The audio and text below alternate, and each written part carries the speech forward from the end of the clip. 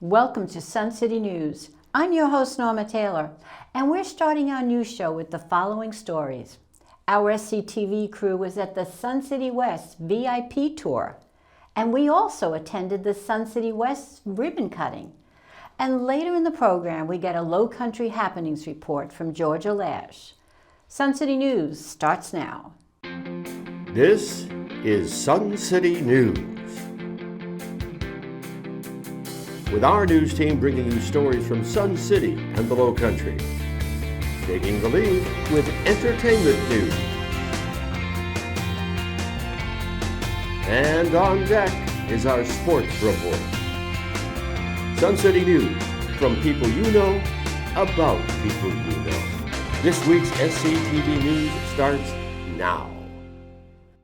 A Sun City West tour day was set for our neighborhood reps, alternate reps, and board-appointed committees. The featured speaker was Matthew Raines, Pulte Division President. Reporter Georgia Lash had an opportunity to get his views on our recent Sun City edition.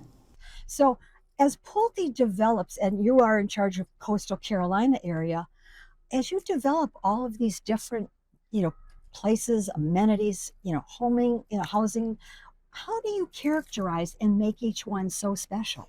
Yeah, it's a really great question. It comes down to a lot of things, but the thing that made this one so special is that we were able to reach out to the community and get their feedback so early on in the process and incorporate so many of the pain points and so many of the good ideas that they had into what we were able to deliver. So when we started this journey 5 years ago, we sent out a survey and we got over 500 respondents that came in and said, hey, well, have you thought about this? Have you thought about that?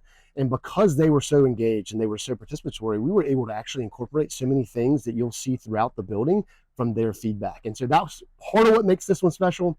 The other side is we have a fantastic team. We have people that really, really research what is it that is most impactful to our buyers, what will they enjoy the most, and they started the process. The ideation process started with their research, but it got finished with the homeowners here in Sun City. And I'll tell you, Tanya Flanagan leads the parade. Oh, of course. She leads the parade and makes us all feel so engaged. Is there anybody else that you'd like to do a little shout out or bragging about in your team? Absolutely. I appreciate the opportunity. I'll tell you, you've got to echo the Tanya comment. She is a just rock star. She does fantastic things for the homeowners, for the company, for everybody. And she really puts on what's the best thing that we should be doing here hat a lot. And I appreciate that she does that. She keeps us to our true North Star on that. But when you think about the entire team that it took to bring this on, there's a lot of people. The first person was Sid Dudley. He really created a tremendous amount of accountability on what are we building, how are we building, and make sure we're building the right way. Then we had Jake Sells, who actually built it. He had the opportunity to put this thing in the ground and bring it from ground up. When we interviewed him and bring him on, he was actually out in California. Right. And so when we were talking to him, I was like, has anybody told you what we're going to build? He's like, no. And I was like, hold on. And I brought out the entire presentation that we had done for the Sun City team, the video and everything, and made him watch it during the interview. And you should just see him light up. He's like, yeah, I want to build that. I think this is going to be fantastic. Now, don't you have to believe that this is the place now? I mean, this was sort of like the icing on the cake. Yeah. We love it here. All of our residents love it here. But don't you think we're number one right now? It's going to be hard to beat. I think, 5 or 6 years ago, we got the number one, the 55 plus community in the country. I think we got it 2 years in a row. I think it would be hard to beat us. That's the beauty of doing Sun City. One of the scale is that you can add on things that if you're only 1,200 or 1,500 units, you could never imagine having all the amenities we have here, from softball to woodworking to the glass blowing. I mean, all the things that you could imagine wanting to do in retirement. We have it here because of the scale that we have. And then when you're able to add on a gymnasium, have you been in the gymnasium? It's my favorite. It's my favorite. The gymnasium here is really special. It is an upscale. And when I walk in the locker room, I feel them like at LA Equinox, that are thousands of dollars in membership. Yep. So you've given us a beautiful and fun and luxurious place to be. Yeah, I appreciate you saying that. I know there was a lot of blood, sweat, and tears from the team trying to create it and make it special. And I hope we stuck the landing on that. I think we did. We actually had a person come in a couple weeks ago to tour it, and he was shooting hoops in the basketball gym. And he's like, how old do you have to be to live here? I was like, Jim, you qualify. You can live here if you want. So. Our news crew also attended the Sun City West's ribbon cutting on Wednesday, March 18th, and gives us this report.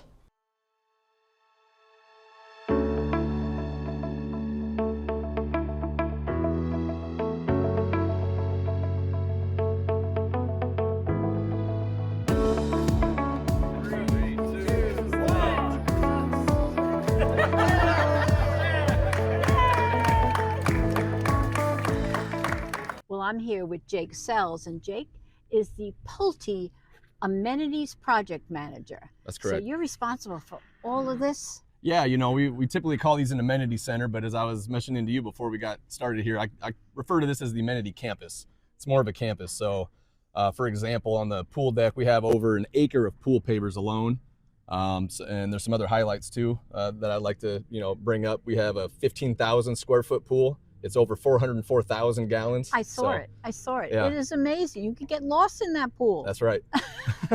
Some of the other things. Yeah, we have a 40,000 square foot sports club, which is, this whole thing came together as an idea during COVID, and we wanted to have a first class amenity campus, kind of bring almost like a small town in here, have everything that you would ever need. So the sports club offers a second story running track and walking track. We have Pelotons that you can work out upstairs as well and look at an indoor basketball or pickleball game. We have an over 3,000 square foot indoor pool. So those are just some of the really, characteristics that stick out to me on this project as we built it over the last 26 months. And I looked at that game room, which was pretty awesome. And you have the games there that you could play for free. That's right. I made sure to give that to our residents as a free offering. Those great kids are going to be rushing in there. That's for right. Sure. Yeah, we felt like we covered everything there with Golden Tee, Big Buck Hunter, and then a multi-cade, a lot of those throwback games that we all grew up playing. So we made sure to get that incorporated. Well, I already tried it, Jake. I already tried it, and I didn't do that well. I have to practice though. I've been out of I've gotten pretty good. I've spent a lot of late hours here and there. I kind of sneak off in there and see what I can do. So what are you most proud of? This is a magnificent project. Absolutely. I got to go back to the team that we put together on this. It's, we all started as colleagues and team members, but a lot of the battles we went through over the last 26 months, a lot of our team members have become pretty close friends of mine personally. And having, challenges come up as they would arise with either permitting or just, subcontractor issues, we worked through it as a team, and it just kind of created a really tight bond, and it's something we can all look at and be proud of now. Well, you've got a lot to be proud of. This is a magnificent vista.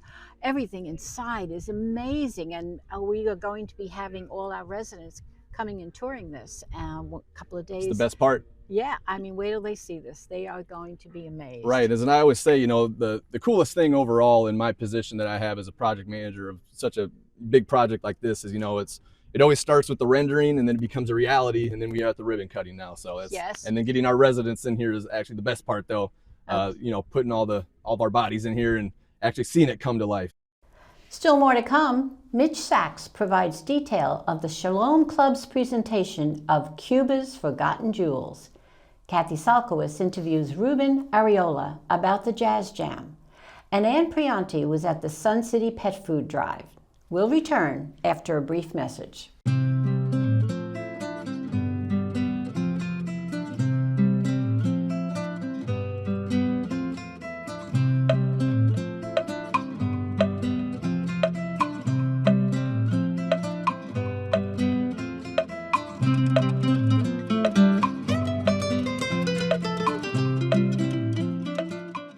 Sun City TV invites you to join our crew. Our growing technology presence requires enthusiastic, creative volunteers. No previous TV experience needed. Email us at suncitytvhh@gmail.com. Mitch Sachs is back in our studio to announce the rescheduling of the impactful presentation of Cuba's Forgotten Jewels. Welcome, Mitch. You're here to share the details of an upcoming Shalom Club event, which has been rescheduled from December. Now, let's remind everybody of the film that will be presented that evening, and that's Cuba's Forgotten Jewels. What's the premise of that production? It's a visually vibrant. This documentary tells the little-known story of Jewish refugees who escaped the horrors of Nazi-occupied Europe and found safe haven in Cuba, supporting themselves in a newly created industry, which was polishing diamonds in Havana. Now, viewing the film is going to be enhanced by the actual in-person presence and talkback participation of its co-director. And then there's an actual video from her mother who's going to share some information about this. Tell us more about what's going to happen that evening. Well, Cuba's Forgotten Jewels was born on the tales about Cuba with that Marian Creeth. told her daughter, co-director and co-producer Judy Creeth. Over the years, Marion escaped the war-torn Europe as a young girl at the age of 14, and her family evading Nazi capture and crossing the Atlantic to a tropical paradise. The video is a 46-minute long, and then a talkback with Judy Creeth, who is co-director, co-producer for this amazing film. Judy's mother, Marion, who was 98, will have a short welcome video before the screening of Cuba's Forgotten Jewels.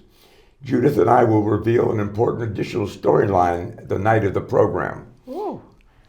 Okay, now you've graciously invited all Sun City residents to not miss this event.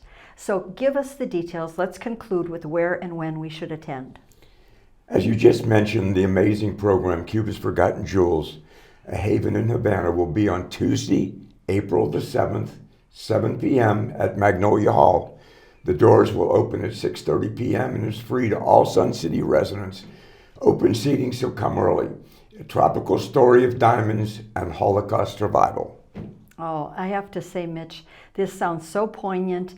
I think you're going to have a packed house. I hope so. Thanks, Georgia. Thank you for coming in. Looking for a cool jazz club experience right here in Pinckney Hall? Well, you'll be treated to music by our jazz band, along with their gifted singers and the debut performance of Le Cabaret. Our reporter, Kathy Salko, has talked with director Ruben Areola to bring us all the information on this exciting free event. Ruben, officially, the Sun City Jazz Band has outgrown Hidden Cypress, and you're going to be performing in Pinckney Hall, April 8th, 6:30. Can you give us some information on that? Fill us in. Well, as you know, in our last performance in November, people couldn't get in because they couldn't find parking. Now we've got almost double the capacity in terms of parking and audience, so it's going to be great. We're going to be on the stage, too. And yes, it is going to be great. Your group has just expanded, and the singing, everybody is amazing. Can you tell us now, this is a free event, so what's the deal? How is it set up? Well, you're going to have round tables. You come in, you bring your own and clean your own. That's the only thing we ask. We provide ice, and that's it. And we ask that you be courteous with the others so you keep the voices and the discussions low so everyone can hear. Oh, that's perfect. And I understand that our very newest group, in addition to all your amazing singers and musicians, you're going to debut our newest group, Le Cabaret. Have you heard them? Oh, yes, I have. Le Cabaret are our newest group from the Music Hill, and this is going to be their first performance in front of an audience, and they've only been together since the middle of January, and we're so excited to hear them. We are too. It's going to be a fun event. Grab your friends, pack some snacks, wine, soda, whatever it is you want to drink. Get here early. The seats are going to go. And this is a great evening of jazz. Come join us.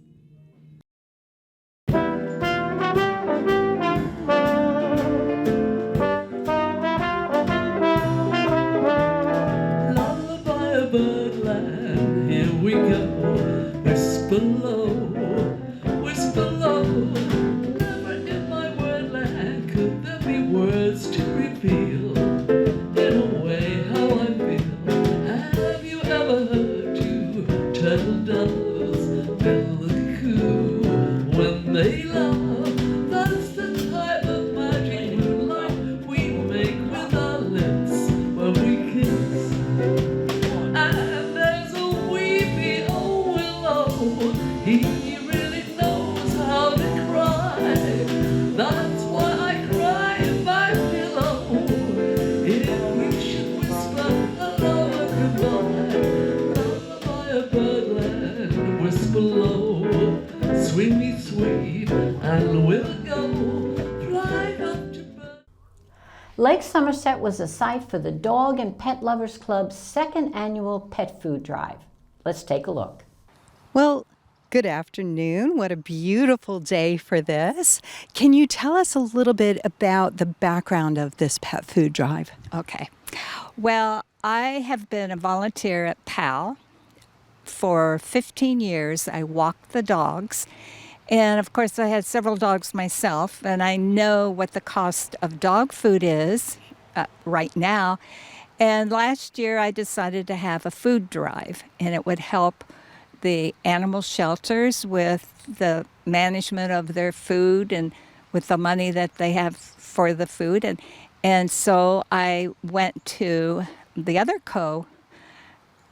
organizer, Robin Bloom. She was president of the Pet Lovers Club, and we decided to have this. And so we started last year, and we had it right here at Lake Somerset Park, and it was a real success.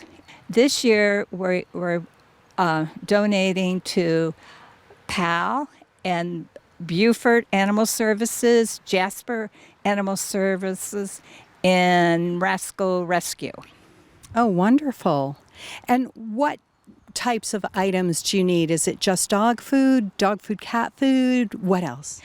Well, we have a lot of kittens and we have a lot of puppies, so we are grateful for any dog food, any cat food, can and the kibble, and for kittens and for puppies. And they also need like Clorox and cleaning and old towels and kitty litter. Well, this is Wendy Marshall, and she is the current president and very active in the organization. And this is her rescue pup, Chloe, who is just absolutely adorable. She's our sidekick. And what club is sponsoring this? This is the Sun City Hilton Head Dog and Pet Lovers Club.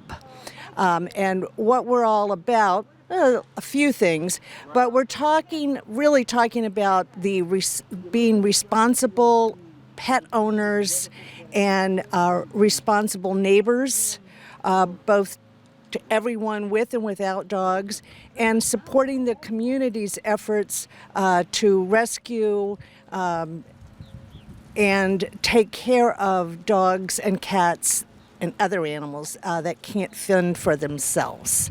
So we do education. We have people come in and talk to us monthly on everything from food to vets that come in. Still much more ahead on Sun City News. Georgia Lash is sitting in for Randy Selman with some entertainment news. Our news crew attended the Low Country Happenings meeting, and Mike Romano has a sports report. So come on back. Sun City TV invites you to join our crew. Our growing technology presence requires enthusiastic, creative volunteers. No previous TV experience needed. Email us at suncitytvhh@gmail.com. Now let's head over to Georgia Lash, sitting in for Randy Selman for some entertainment news.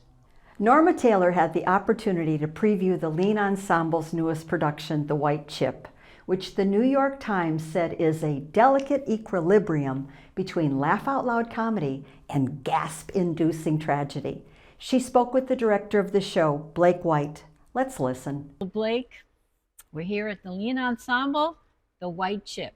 Tell me all about it. The White Chip is a play I am incredibly excited about because it is a play that helps people understand what addiction is like, but it does it in such a way that it is not a funeral dirge. It's not horribly depressing. It's not leaving Las Vegas. It's very, very funny. It's very, very theatrical. And it sort of shows the absurdity about how one becomes an alcoholic, what the silly and insane things that happens to a person who is alcoholic, and then the bottom, as we say, in alcoholism, and then the redemption, the recovery, the story of starting a new life. So it's funny, it's theatrical. It's a production that I'm incredibly proud of, with 3 actors that I've worked with before that I love very, very much.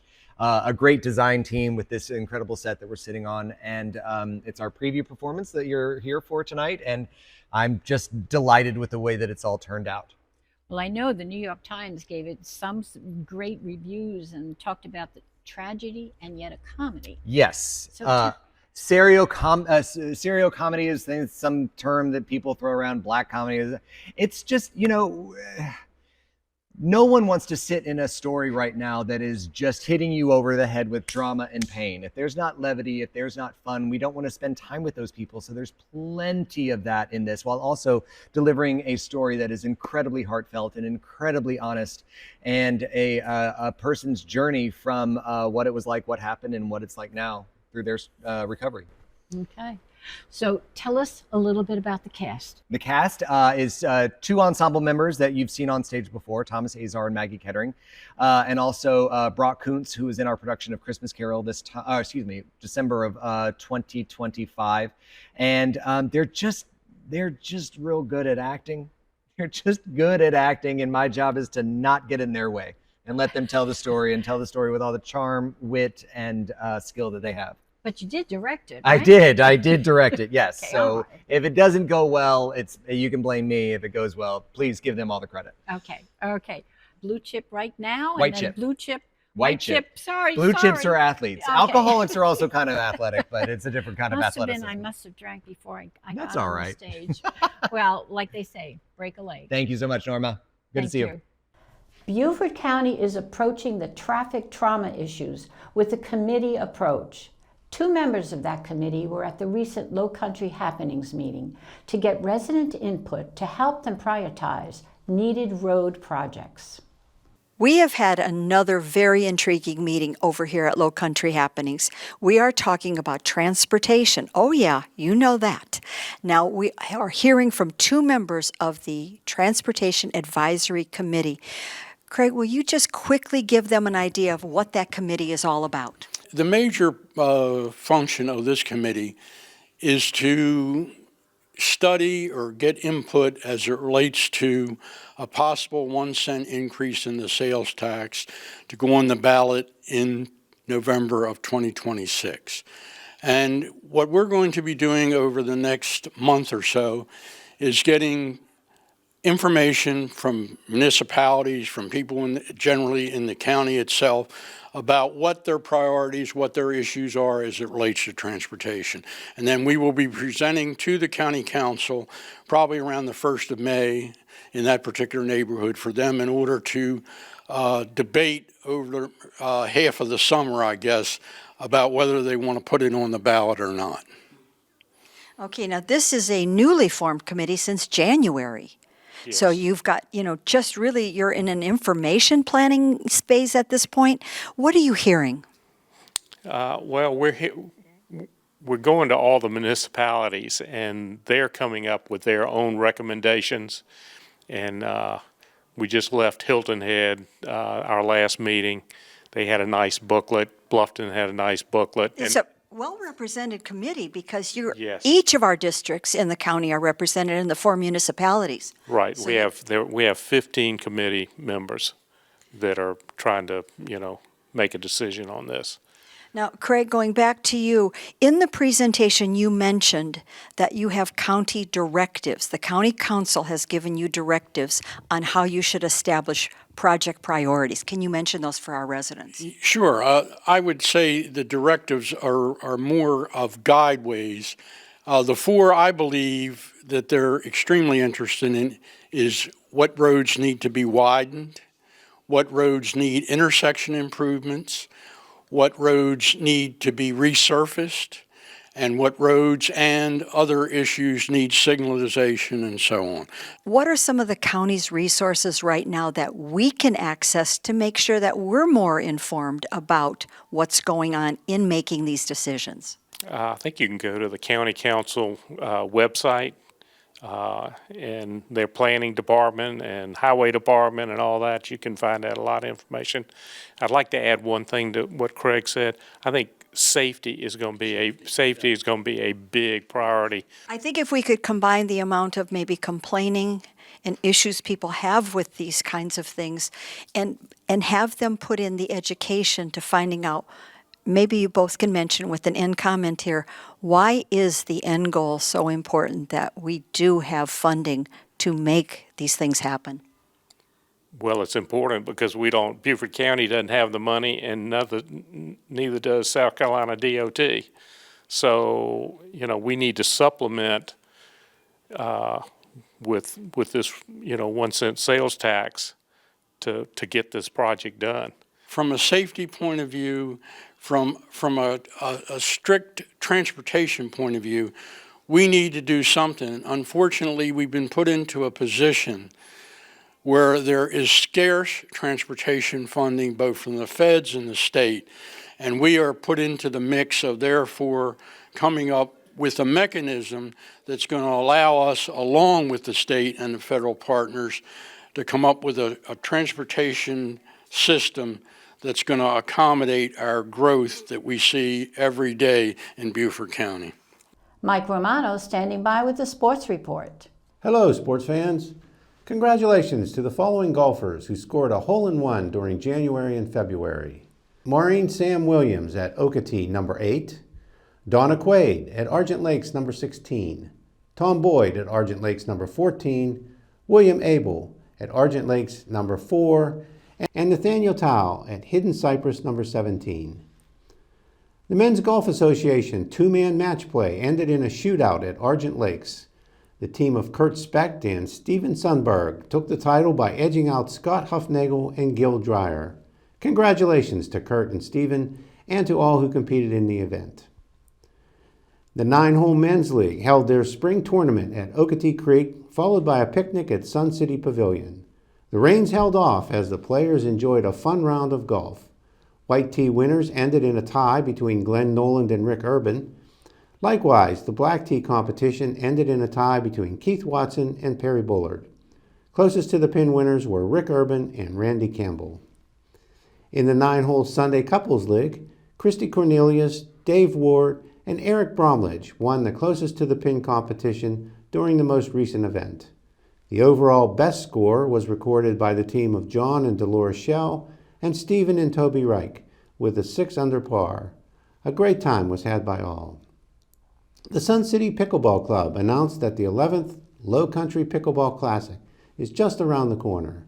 As a prelude to the Classic, there will be a Low Country Boil and social event to be held on April 23rd.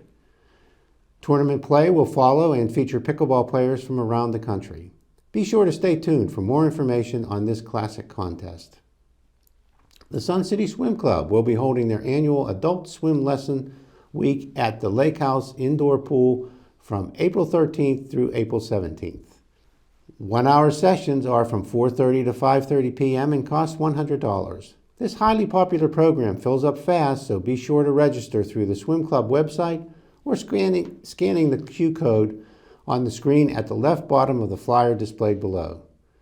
The freestyle stroke technique will be the focus. If you have any questions, contact Jody Kavinsky at jkavinsky@icloud.com. That's it for sports. It's now time to get outside and have some fun. For Sun City Sports, I'm Mike Romano. Well, that's our news for this week. Thank you for watching. Catch us on cable on our YouTube station, where we invite you to click like and subscribe. To see expanded coverage of some of our SCTV stories, tune into our monthly show Extra. And if you have questions and comments, email us at suncitytvhh@gmail.com. But make sure you check us out every week for all the news that's happening in your community. For Sun City News, I'm Norma Taylor.